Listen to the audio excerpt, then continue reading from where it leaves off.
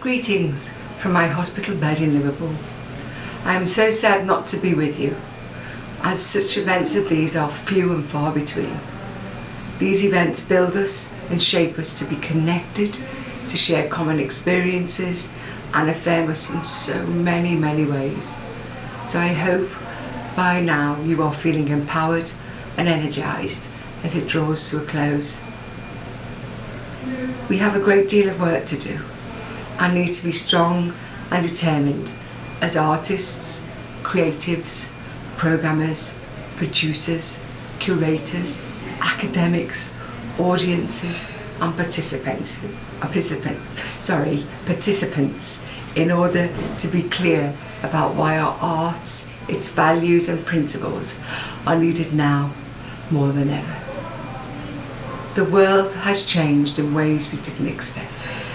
Scary ways. The rising of right-wing ideologies through to funding cuts, and we can't live outside of this. So we must find ways of living in it. Ways that give us strength, hope and a vision to make more profound art that changes society. I had so much to say with this talk, but as you can see, I'm talking from a Liverpool hospital, part of the UK's National Health Service, and one of the few things that make Britain great.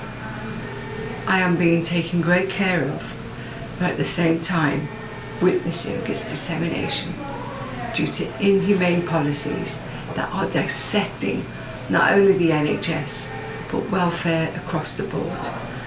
And this affects disabled people the most and also appears to deliberately target us. Our government, like so many others, are making decisions which demonise and devalue the most vulnerable in society. And a new right-wing capitalism is rising, which places our worth only in terms of money. Apparently, we cost too much. We disabled people with disabilities, deaf and mad, neurologically diverse, Crippists and all in between and intersectional, are cut up in the changes like a tornado in Kansas, and we don't know when or where we will land. Over the last 40 years, we have developed movements of change and challenge, and by using the arts to highlight social injustice, inequality, discrimination and oppression.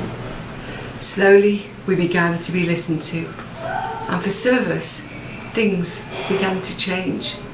The social model of disability now has a world understanding. We have access all areas principles and policies in anti-disability discrimination, and the establishment of the UN's Charter for the Rights of People with Disabilities. These have helped us build bridges, not only in our own communities and countries, but also with other places and nations. We have been finding our commonalities, building a global community and uniting in a universal movement where we find, despite our varied social context, our common ground. What links us is that we are made to feel outsiders in our own societies. This is powerful, that this connection that we can have to share our art and how we can learn from each other. It is the most challenging and exhilarating art movement on the planet, and it needs recognition as an art movement.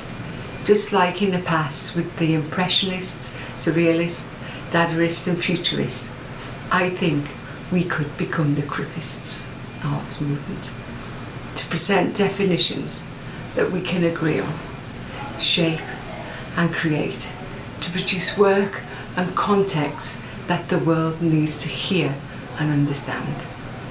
You are at this symposium because you accept that the art created from the lived experience of disability is our weapon of social justice, a tool for liberation, motivation, to be catalytic and also create moments of joy and celebration.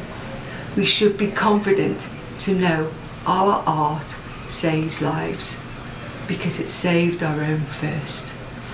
It is powerful, life-changing stuff. it is increasingly under threat. In places we began to feel we had turned back the tide and slowly saw how the world had responded. Now we are seeing the reverse in funding, in support, and in a consistency to devalue us. In the UK it is scary. We have lost so many artists and colleagues due to cuts in support and ignorance, and I know other places may face far, far worse situations. In Belgium, in 2014, disabled children can now be legally euthanized. Assisted suicide is increasingly regarded as a solution, and the reasons are frightening. The biggest reason given is not to be a burden on my loved ones.